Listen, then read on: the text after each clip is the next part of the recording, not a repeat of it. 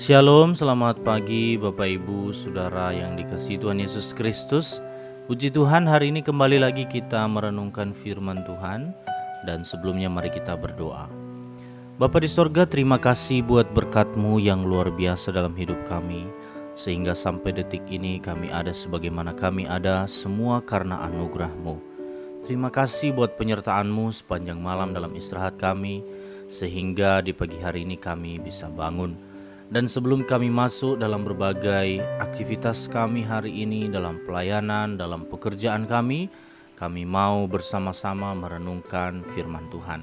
Kiranya firman Tuhan dapat menuntun jalan kami, dapat menguatkan setiap kami dalam menjalani hari-hari kami. Terima kasih Tuhan Yesus, dalam nama-Mu kami berdoa dan mengucap syukur. Haleluya, amin.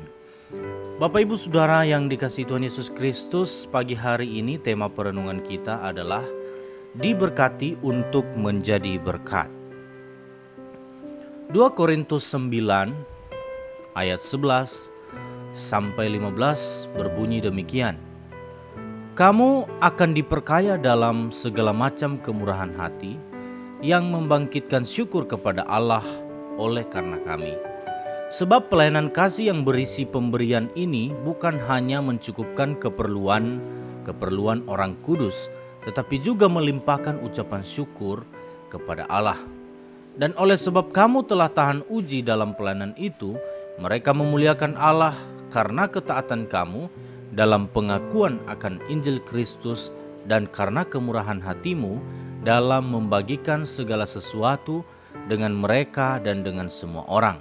Sedangkan di dalam doa mereka juga merindukan kamu oleh karena kasih karunia Allah yang melimpah di atas kamu.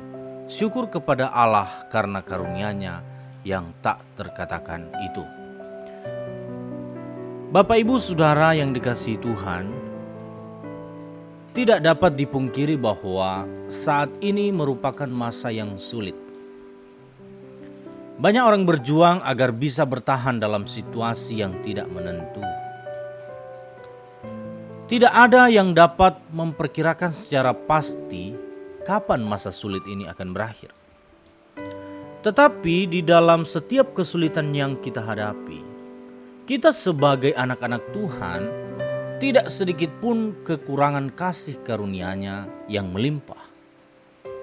Persoalannya adalah, apakah kita dapat melihat bahwa di dalam semua penderitaan, masalah, dan kesulitan yang Tuhan izinkan terjadi dalam hidup kita sebagai pembelajaran bagi kita untuk memperkokoh iman dan kasih kita kepada Tuhan dan sesama? Apakah kita lebih bertekun, berdoa, dan bertumbuh lebih dekat dengan Tuhan? Apakah kita bisa mengucap syukur dengan semua yang terjadi? Apakah kita bisa menghitung berkat-berkat yang masih kita terima sampai saat ini? Saudara, apapun keadaan kita, Tuhan memberkati kita secara luar biasa. Dan kita dipanggil untuk menjadi berkat bagi orang-orang di sekitar kita. Walaupun berada di masa-masa sulit, kita perlu belajar untuk tidak fokus pada masalah kita. Jika kita membuka mata, ada orang-orang yang Tuhan tempatkan di sekitar kita, agar kita dapat menjadi berkat bagi mereka. Tindakan, sikap, dan kata-kata kita dapat menjadi berkat bagi orang-orang di sekitar kita.